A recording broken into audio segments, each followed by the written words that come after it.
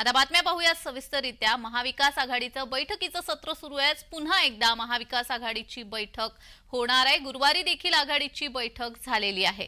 मतमोजणीच्या एक दिवस अगोदर महाविकास आघाडीकडून बैठका घेतल्या जात आहेत। तर बैठकीआधी उद्धव ठाकरे यांचा काँग्रेस प्रदेशाध्यक्ष नाना पटोले यांना फोन होता। सत्ता स्थापनेचा दावा करण्यासंदर्भात चर्चा करण्यासाठी ठाकरेंनी पटोलेंना फोन केला होता।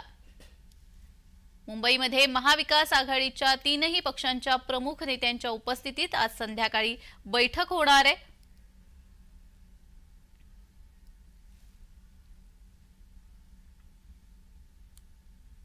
या संदर्भात अधिक माहिती देण्यासाठी आमचे प्रतिनिधी मनोज दयाकर आपल्यासोबत जोडले गेलेले आहेत। मनोज, निकाल उद्या लागणार आहे खरं तर, मात्र कालपासूनच महाविकास आघाडीच्या बैठकांचं सत्र सुरू झालंय। ही बैठक नेमकी कशासाठी होणार आहे जी आज संध्याकाळी होईल?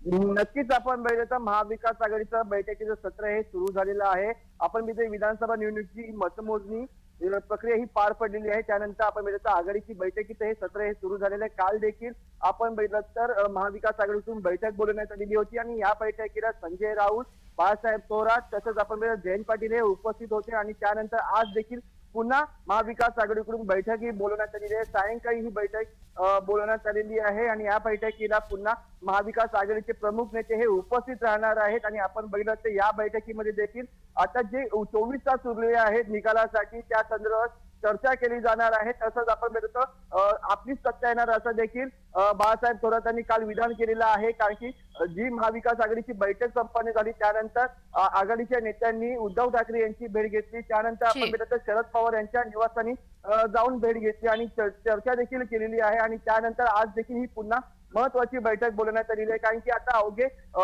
22 तास उरलेले आहेत निकालासाठी। कारण की उद्या निकाला 8 वाजल्यापासून सुरुवात होईल निकालाला आणि त्यानंतर आपण बघितलं तर महाविकास आघाडीकडनं नेत्यांकडनं सर्व जुळवाजुळव देखील केली जाणार आहे आणि आपण बघितलं तर कालचा जो निकाल लागल्यानंतर मुख्यमंत्री पदाचा चेहरा कोण असं यावरती देखील चर्चा केली जाणार आहे। अगदीच धन्यवाद मनोज, तुम्ही दिलेल्या सविस्तर माहितीसाठी।